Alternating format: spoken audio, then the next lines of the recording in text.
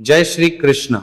आप सभी को माघ महाशय शुक्ल पक्ष एकादशी की ढेरों शुभकामनाएं। प्रिय दर्शकों, आज की इस वीडियो में हम विशेष रूप से बात करेंगे आने वाली एकादशी की।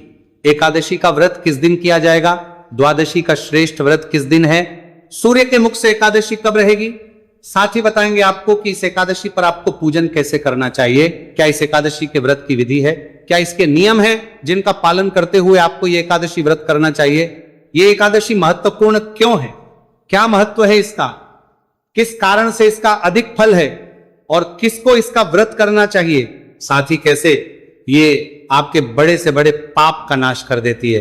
पद्म पुराण कहता है कि ब्रह्म हत्या से लेके बड़े से बड़ा पाप या पिशाच योनि तक की मुक्ति जो है इस एकादशी के व्यक्ति करने से हो जाती है। संपूर्ण विधि, वृतांत, महत्व, मंत्र, भोग, फल सब कुछ आपको इस वीडियो के माध्यम से प्रदान करें, साथ ही पारण की जानकारी देंगे।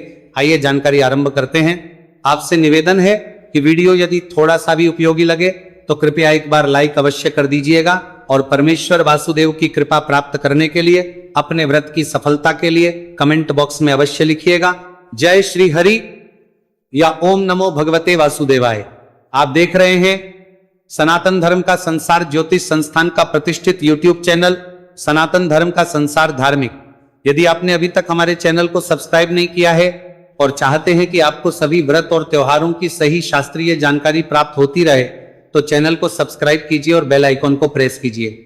प्रिय दर्शकों, अब आप हमारे साथ व्हाट्सएप के माध्यम से भी जुड़ सकते हैं। अगर जुड़ना चाहते हैं तो वीडियो के अंत में एक नंबर आएगा 900 से, उस पर व्हाट्सएप मैसेज लिखिए, अपना नाम कहीं आपके नंबर को ऐड कर दिया जाए तो हम आपको अपने ग्रुप में ऐड करेंगे और फिर सभी जानकारी सीधे आपको व्हाट्सएप पर आती रहेंगी। आइए प्रिय दर्शकों, जानकारी आरंभ करते हैं। बात करते हैं आने वाली एकादशी की। प्रिय भक्तों, माघ मास चल रहा, माघ मास की जो शुक्ल पक्ष की एकादशी होती है उसका नाम होता है जाया एकादशी। ये एकादशी मनुष्य का कल्याण करने वाली है। शास्त्र कहते हैं कि माघ मास की इस एकादशी पर जो गंगा स्नान करता है या यमुना जी में स्नान करता है और जो त्रिवेणी संगम पर स्नान करता है उसको अत्यंत पुण्य की प्राप्ति होती है। इस दिन पर किया जाने वाला यह स्नान बड़ा कल्याणकारी होता है। जो मनुष्य माघ मास की जय एकादशी का व्रत संकल्पित करें और विधि विधान से उसका पारण करें तो उसके सभी पाप नष्ट हो जाते हैं। यह मनुष्य अपने जीवन में सदा विजय प्राप्त करता है। यह जय दिलाने वाली है, विजय दिलाने वाली है।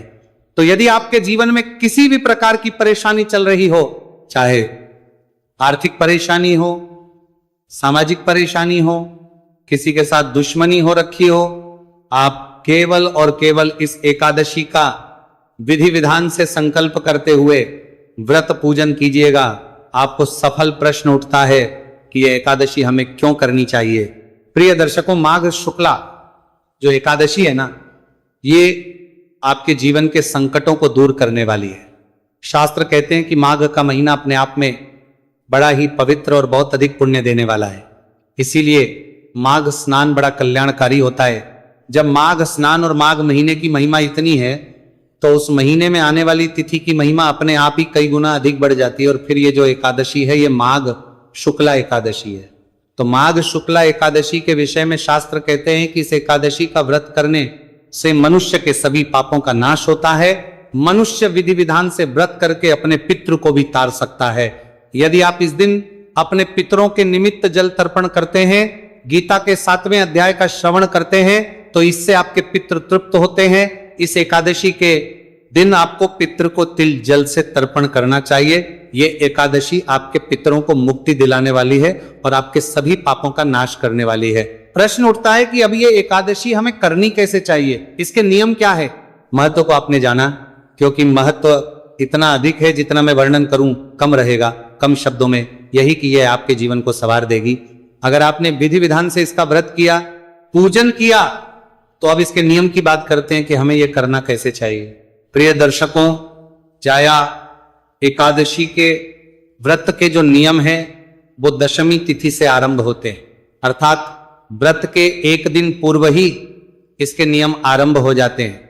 और एकादशी के दिन आप व्रत धारण करेंगे और अगले दिन व्रत का पारण करेंगे।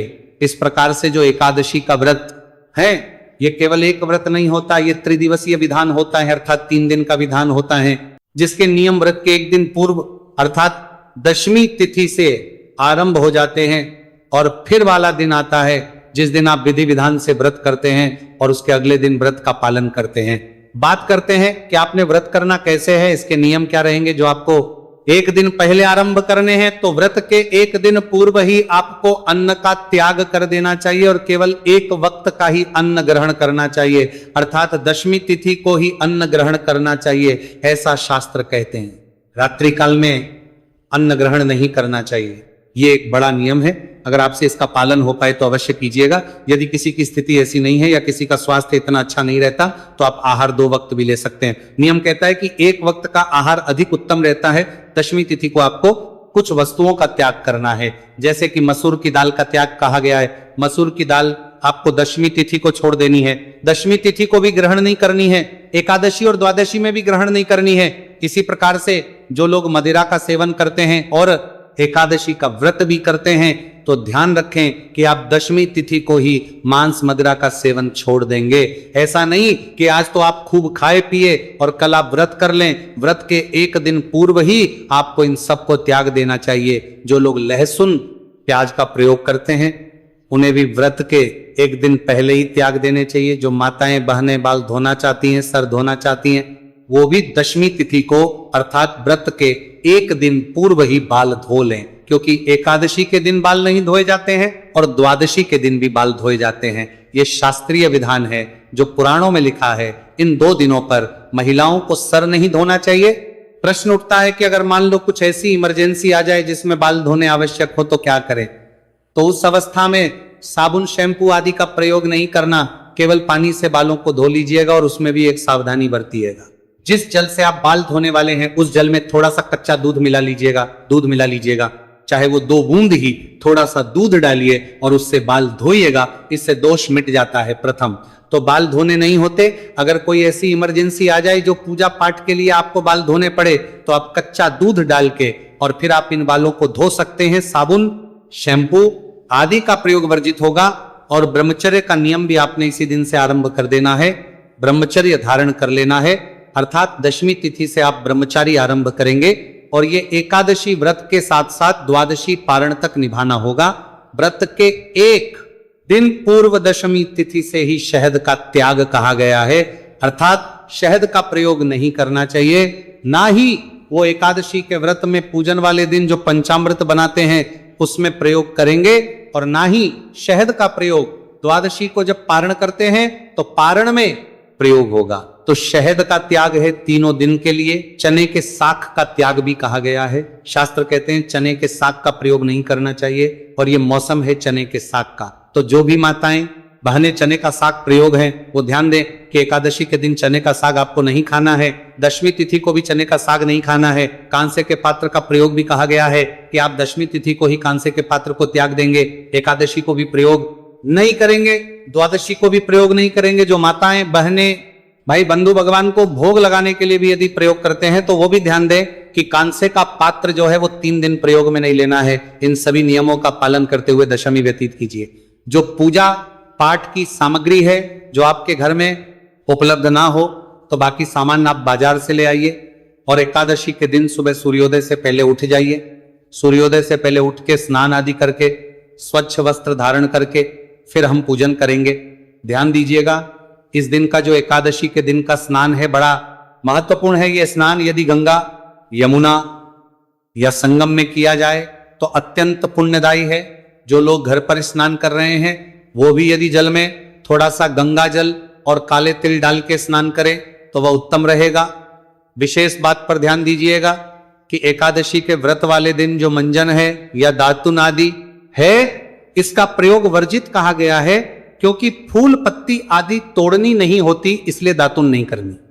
और मंजन आदि का प्रयोग इसलिए नहीं करना क्योंकि मंजन या टूथपेस्ट जो भी आप करते हैं उसमें नमक या केमिकल आता है और ये दोनों ही आपके व्रत को खंडित करते हैं। ऐसी अवस्था में यदि आपके पास व्रत वाला मंजन है तो वो आप प्रयोग कर सकते हैं।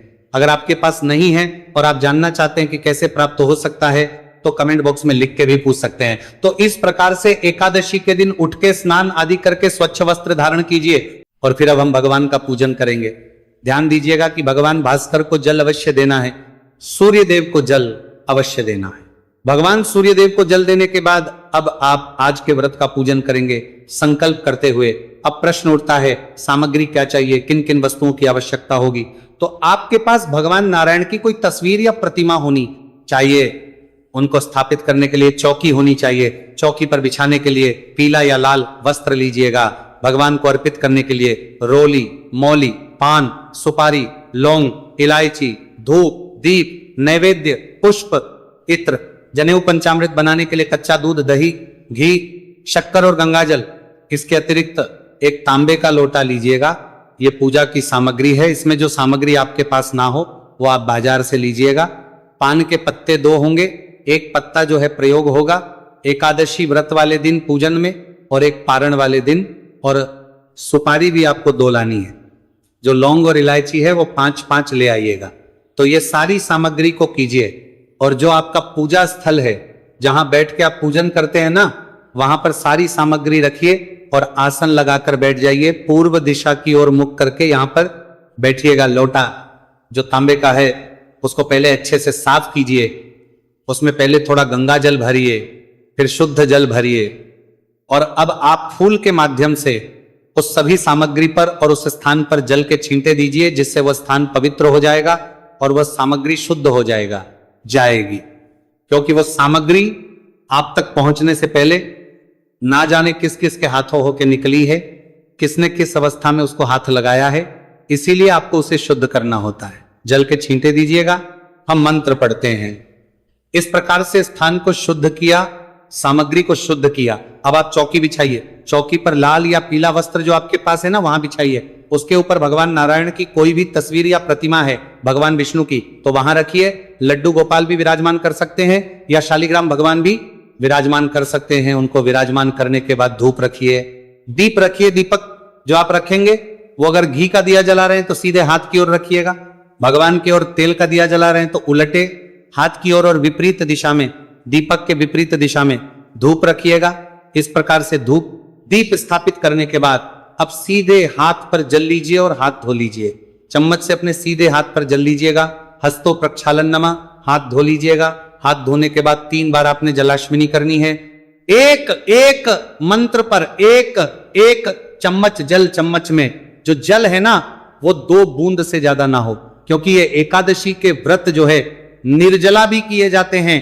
तो जो लोग निर्जला व्रत कर रहे हैं उनको केवल 6 मासा जल ही शास्त्रों में विधान है कि अश्विनी के रूप में लेना चाहिए, इससे अधिक नहीं। तो 6 मासा जल 2 बूंद जल 3 बार लेंगे तो हो जाएगा। तो आप जल लीजिएगा हाथ पे और पी जाइएगा। जैसे हम मंत्र बोलते हैं ओम माधवाय नमः, जल लीजिए पी जाइए। ओम केशवाय नमः, जल लीजिए पी जाइए। ओम नारायणाय नमः, जल लीजिए पी जाइए। ओम ऋषि केशाय नमः नमः, हस्तो प्रक्षालन नमः, हाथ धो लीजिए। हाथ मौली बांधिए।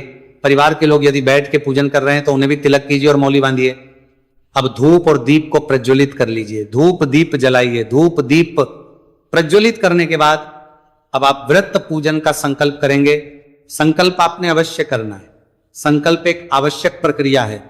इसको चाहे आप शास्त्रीय विधान से करें, चाहे सामान्य भाषा में करें, तो आप संकल्प करने के लिए अपने सीधे हाथ पर जल लीजिए, पुष्प ले लीजिए और दक्षिणा के रूप में 1 रुपए का सिक्का कम से कम रख लीजिए। अधिक जो भी रखना चाहें वो रख सकते हैं। 3 बार बोलिए ओम श्री विष्णु, ओम श्री विष्णु, ओम श्री विष्णु। अपना नाम, अपना गोत्र, जिस स्थान पर बैठकर संकल्प कर रहे हैं वो मकान नंबर, क्षेत्र का नाम, शहर का नाम।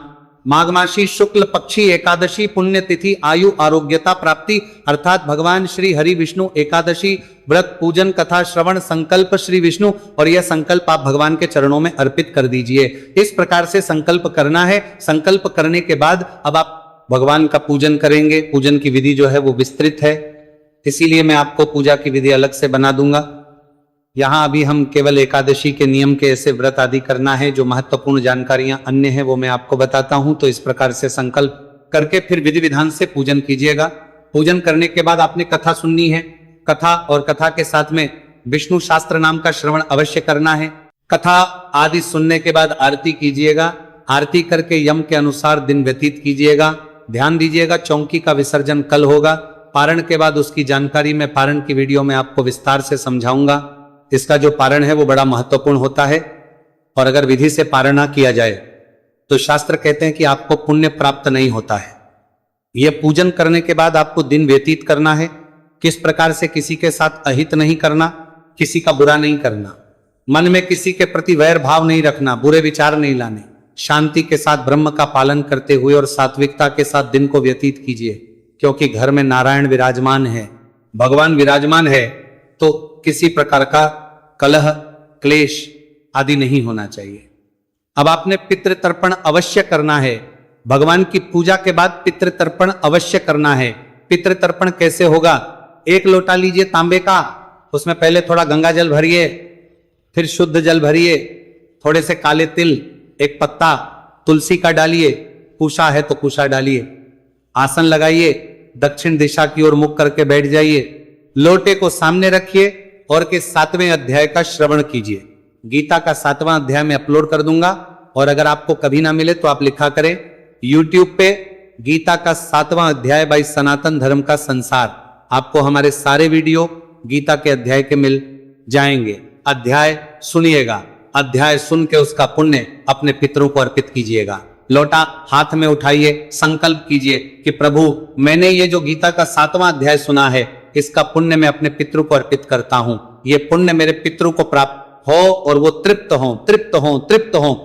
इस प्रकार से संकल्प करें, फिर उस जल से तर्पण करें। तर्पण करने के लिए सीधे हाथ में अंगूठे और उंगली के बीच का जो क्षेत्र है वो पितृतीर्थ होता है, से जल को दूसरे पात्र में छोड़ना है और मंत्र बोलना है, ओम हेम स्वाहा।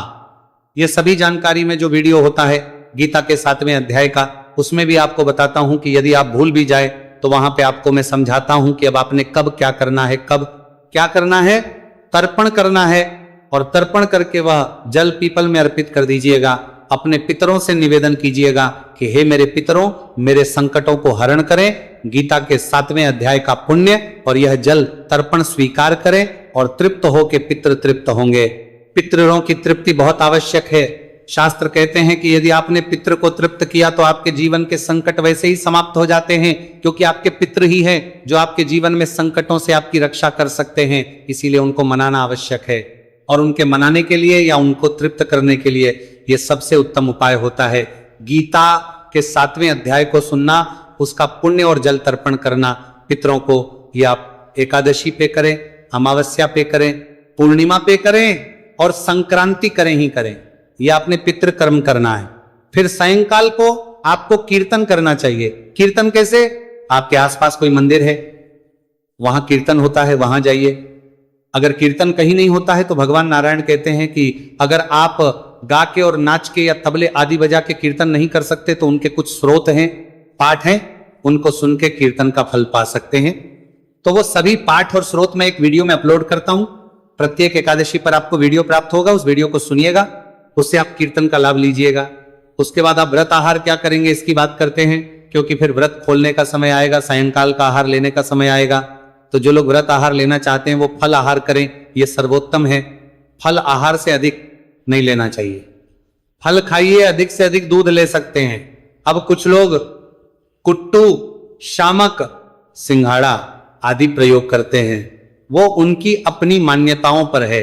पर सबसे उत्तम तो ये रहता है कि यदि आप फल खाके ही व्रत को करें तो सबसे अच्छा रहेगा। रात्रिकाल को जागरण करना चाहिए।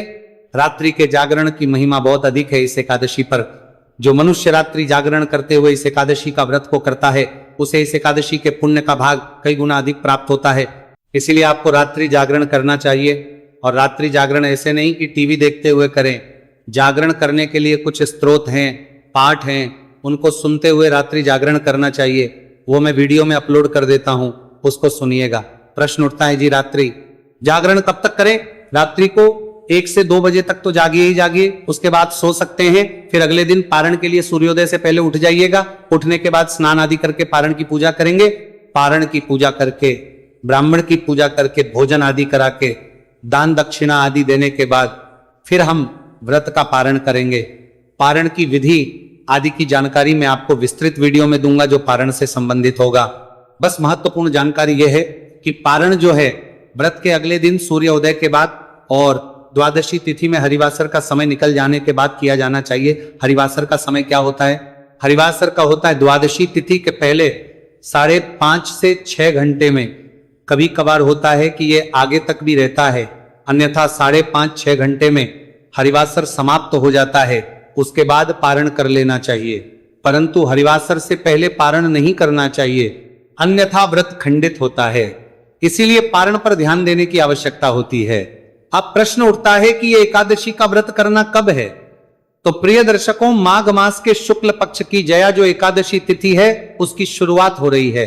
28 जनवरी को बुधवार का दिन रहेगा शाम को 4:35 पर और यह समाप्त होगी 29 जनवरी को गुरुवार का दिन रहेगा दोपहर को 1:55 पर। ऐसे में 29 जनवरी को सूर्य के मुख से एकादशी रहेगी। उदया तिथिमान के अनुसार एकादशी रहेगी तो 29 जनवरी को ही व्रत किया जाएगा। और इसमें क्योंकि द्वादशी तिथि भी आ रही है तो यह उत्तम दिन रहेगा व्रत के लिए। 29 जनवरी गुरुवार सूर्य उदय अर्थात 7:15 से और 8:45 बजे के बीच में पूजन का शुभ समय रहेगा। पूजन कीजिएगा, कल्याणकारी रहेगा। कुछ और जानना चाहें, पूछना चाहें, कमेंट बॉक्स में लिख के पूछ लीजिएगा। भगवान सब पर कृपा करें। हरे कृष्ण।